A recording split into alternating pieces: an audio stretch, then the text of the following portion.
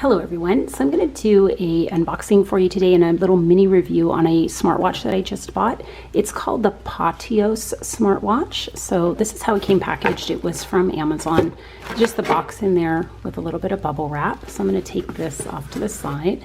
This is what it looks like right here. This is not sponsored or affiliated, it's just something that I purchased. Pautios smartwatch, your health tracker. So the intention behind this was to wear it while I am exercising only. It's obviously a watch that you could, keep time with and wear all day long if you want to count your steps, look at your oxygen level, keep your heart rate, know what your heart rate is. But for me, I just wanted to wear it while I was exercising. This is the color I got. It comes in 3 colors, a light green, which was really, really beautiful, a black, and then this light pink. It's like a baby pink.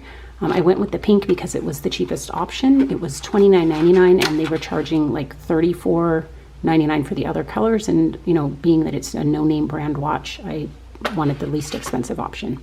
So there's the watch itself. It just comes packaged like this, and underneath it you get like the accessories on this tray right here.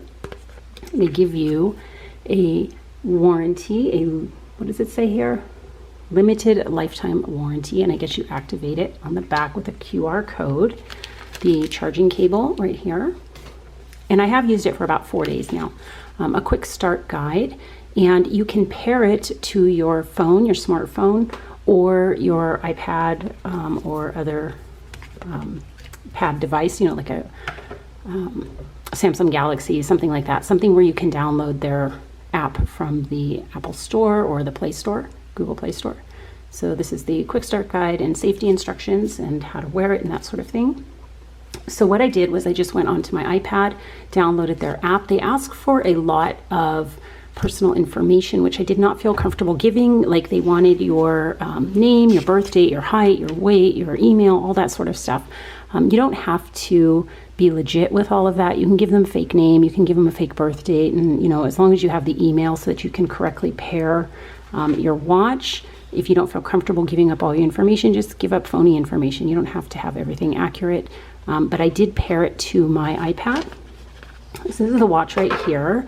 Like I said, I've been wearing it. It's actually quite comfortable, a lot of different settings, and I only wear it when I'm exercising so that I can keep track of how many steps each exercise is giving me, how much distance I'm covering in an exercise, how much calories I'm burning, the time, that sort of thing. And it's actually really, really, really easy to pair. You use the Fit Dock app. Let me see if I can start it. You have this huge button and it's got a really nice face. I was using the Fitbit Luxe for quite a long time. Fitbit Luxe is like that size. It's like half the size of this particular screen. So I've got the time right here. And then you activate it by pushing on the side to kind of get things going. And then you can scroll up and see different choices right here. You guys can read through them. It's hard for me to see it through the viewfinder. But you've got a lot of different choices that you can kind of scroll through. And I'll just kind of show you what I've been doing. I have today, for instance. I did some stuff today. So those are the steps that I'm at today already. That's some of the calories that I burned while I was exercising. And like I said, I only wear it while I'm exercising. So I did like an almost 3-mile run today. And that's pretty much what it came up with. You go back to the main menu by pressing on this thing right here. And then you can go to the opposite side and get some things going on.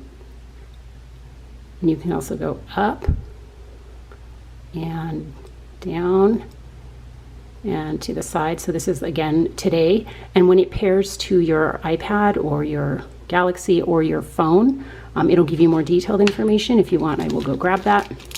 This is the charging cable. It looks a little different than most charging cables that you're used to.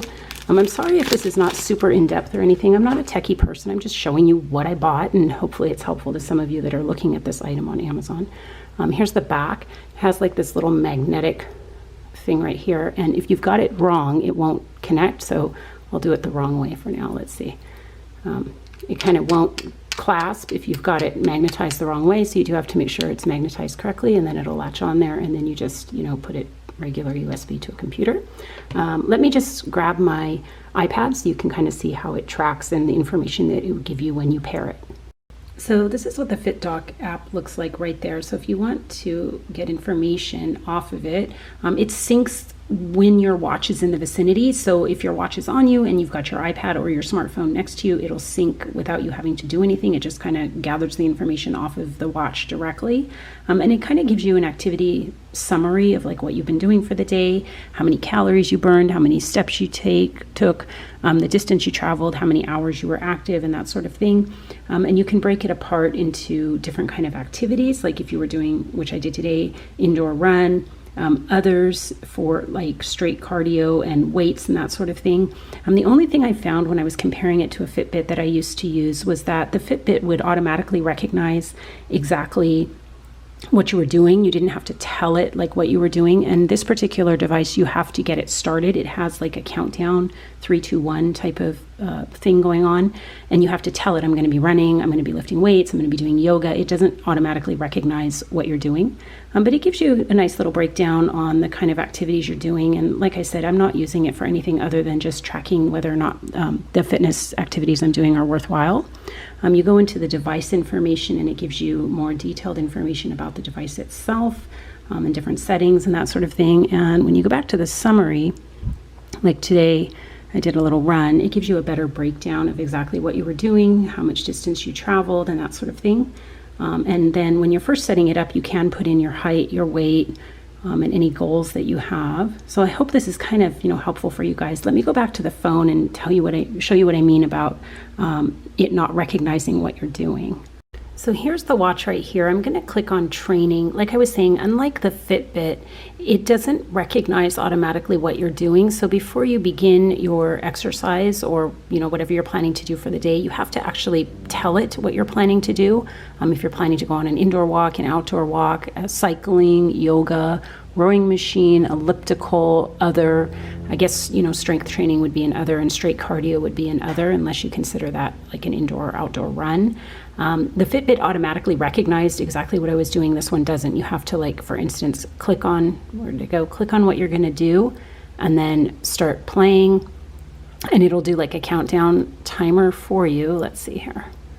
See if I can do it. Training, indoor run, 3, it counts it down, and then it's going to start like, there we go. It's going to start calculating how long you're going and that sort of thing. So you have to get it started as close to when you're beginning the exercise as possible. It does recognize steps without you having to do anything, and then you kind of just have to stop it. Let's see here. There we go. Pause it and stop. There we go. Yes, I want to stop. The touch mechanism is pretty good. I have to tap it a few times to get it to be responsive, but it recognizes steps, so you don't have to get it into a step mode. It recognizes your steps, your heart rate. It does oxygen level reading for people who are interested in that. I think for the price, I'm super happy with it. I've only had it a few days, like I said, but for the $29.99 price tag, I think I'm really happy. The Fitbit had way too much than I would ever need, and I'm not planning to get phone calls and texts and that sort of thing on my watch. I just wanted it to fitness track to see if I was doing okay with my exercising and that sort of thing. If you have any questions, let me know. I'd be happy to answer it for you. The strap is extraordinarily soft and jelly-like and comfortable, and it has a lot of different hole settings, so it's going to pretty much fit most wrists. It doesn't get wet or anything like that if you're sweaty. So far, I haven't had it like get wet. There's 2 little green lights that light up on the back to know that it's pairing and working. But so far, I'm really happy, and it actually does tell time. But you got to tap it quite a lot to get things going, or press on the button on the side to get it into various modes.